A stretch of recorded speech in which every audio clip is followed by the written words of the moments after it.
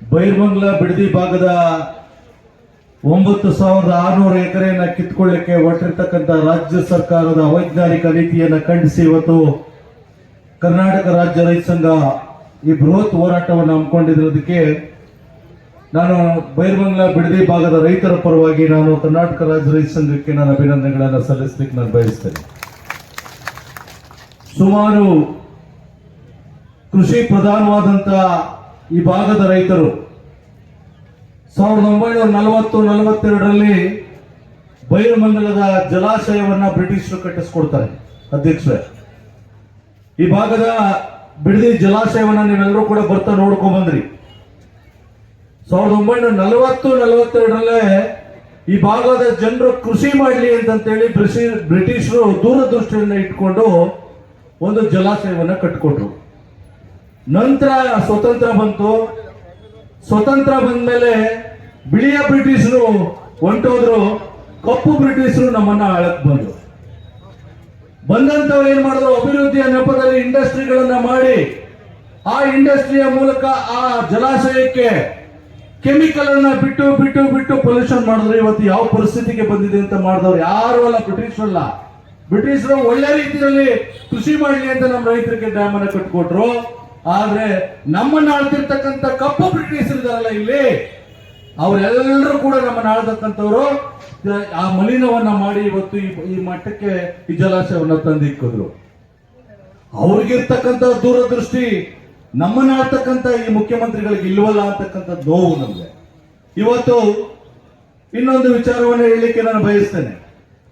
ಈ ಹೋರಾಟಕ್ಕೆ ನಾನು 1 ವರ್ಷದಿಂದಲೂ ಕೂಡ ಅಧ್ಯಕ್ಷ ನೋಡ್ತಾ ಇದ್ದೀನಿ, ಒಬ್ಬ ಮಠಾಧೀಶರು ಕೂಡ ಬೆಂಬಲವನ್ನು ಕೊಡ್ತಾ ಇಲ್ಲ. ದುರ್ದೈವ, ಅಲ್ಲೆಲ್ಲ ಒಬ್ಬರಿಗೆ ಮಂತ್ರಿ ಸ್ಥಾನ ಕೊಡಬೇಕು ಅಂತೇಳಿ ಲಾಬಿ ಮಾಡ್ಲಿಕ್ಕೆ ಹೋಗ್ತಾರೆ ಮಠಾಧೀಶರು. ಪ್ರಮಾಣ ವಚನ ಸ್ವೀಕರಿಸಕ್ಕೆ ಹೋಗ್ತಾರೆ ಮಠಾಧೀಶರು. ಅನ್ನವನ್ನ ಬೆಳೆಸ್ಕೊಡ್ತಕ್ಕಂಥ ಈ ರೈತರ ಬೆಂಬಲವಾಗಿ ಒಬ್ಬ ಮಠಾಧೀಶರು ಕೂಡ ನಿಂತ್ಕೊಳ್ಳಿಲ್ಲ. ಈ ವೇದಿಕೆ ಮೂಲಕ ನಾನು ಧಿಕ್ಕಾರವನ್ನು ಹೇಳಲಿಕ್ಕೆ ನಾನು ಬಯಸ್ತೇನೆ. ಇನ್ನೊಂದು ಕಡೆ ಏನು ಒಳ ಮೀಸಲಾತಿ ಹೋರಾಟ ಇರ್ಬೋದು, ಹಲವಾರು ಮೀಸಲಾತಿ ಹೋರಾಟಗಳು ಕೂಡ ಪಾದಯಾತ್ರೆ ಮಾಡಿದಂತ ಮಠಾಧೀಶರು ಇವತ್ತು ರೈತ ಬಂದು ಬೀದಿಗೆ ಬಿದ್ದಿದ್ದಾನೆ. ಈ ಭಾಗದಲ್ಲಿ ಸಾವಿರಾರು ಎಕರೆ ಭೂಮಿಯನ್ನು ಕಳ್ಕೊಳ್ತಿದ್ದಾನೆ. ಇವ್ರ ಪರವಾಗಿ ನಿಲ್ಬೇಕು ಅಂತ ವಿವೇಕ ಒಬ್ಬ ಮಠಾಧೀಶಗಳು ಕೂಡ ಇಲ್ವಲ್ಲ. ನಾವೆಲ್ಲ ಹೋಗಿ ಕಾಲ ಬೀಳ್ತೀವಿ. ನಾನಂತ ಒಂದ್ ದಿವಸ ಯೋಚನೆ ಮಾಡಿದೆ, ಒಂದ್ ಮಠಕ್ಕೆ ಹೋದೆ, ಈ ಮಠಾಧೀಶರು ಬರ್ಲಿಲ್ಲ, ಇನ್ ಕಾಲ ಬಿಡೋದ್ ಬೇಡ ಅಂತ ನಿರ್ಣಯ ಮಾಡ್ಕೊಂಡಿದ್ದೀನಿ ನನ್ನಷ್ಟಕ್ಕೆ ನಾನೇ. ಮತ್ತೆ ಇನ್ನೊಂದು, ಈ ನಾಡಿನಲ್ಲಿ ಏನು ಸಿನಿಮಾದವರಿದ್ದಾರೆ, ಸಿನಿಮಾ ನಟರಿದಾರಲ್ಲ, ಅವರ ಸಿನಿಮಾಗಳನ್ನ ನೋಡ್ಲಿಕ್ಕೆ ನಮ್ಮ ರೈತರು ಬೇಕು. ಆದ್ರೆ ಈ ರೈತರಿಗೆ ಒಬ್ಬ ಸಿನಿಮಾ ನಟನ್ನು ಕೂಡ ಇನ್ನೂ ಕೂಡ ಬಂದು ಬೆಂಬಲವನ್ನು ಕೊಟ್ಟಿಲ್ಲ. ಮುಂದಿನ ದಿವಸಗಳಲ್ಲಿ ಇದು ಎಚ್ಚರಿಕೆಯ ಗಂಟೆ.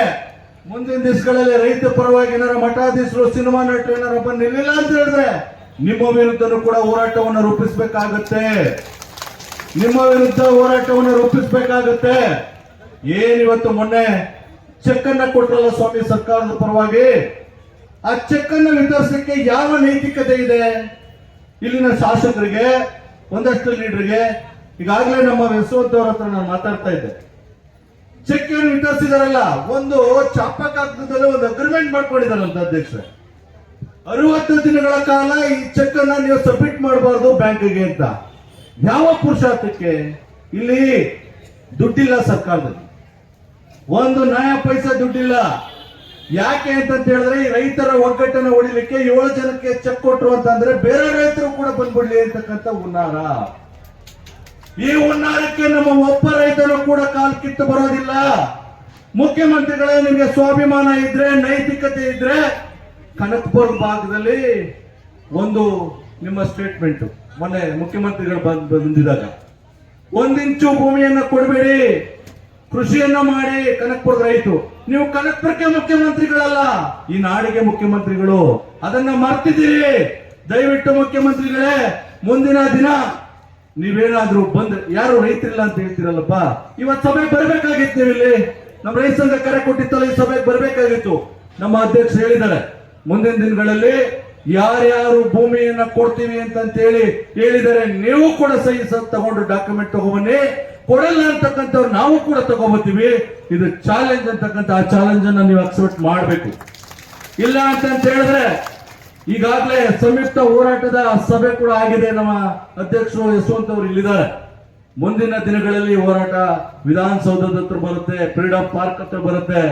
ಮತ್ತೆ ನನ್ನ ರೈತ ಮಿತ್ರರಲ್ಲಿ ನಾಗರಾಜ್ ಮತ್ತೆ ರಾಮಣ್ಣ ಮತ್ತೆ ನಮ್ಮ ಪ್ರಕಾಶ್ ಇದ್ರಲ್ಲ, ಅವ್ರಿಗೆಲ್ರಿಗೂ ಹೇಳಲಿಕ್ಕೆ ಬಯಸ್ತೀನಿ, ಯಾವುದೇ ಕಾರಣಕ್ಕೂ ಎದುರಕ್ಕೆ ಹೋಗಬೇಡಿ.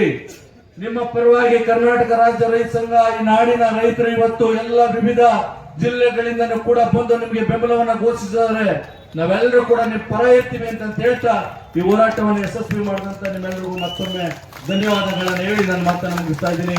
ಜೈ ಹಿಂದ್, ಜೈ ಕರ್ನಾಟಕ.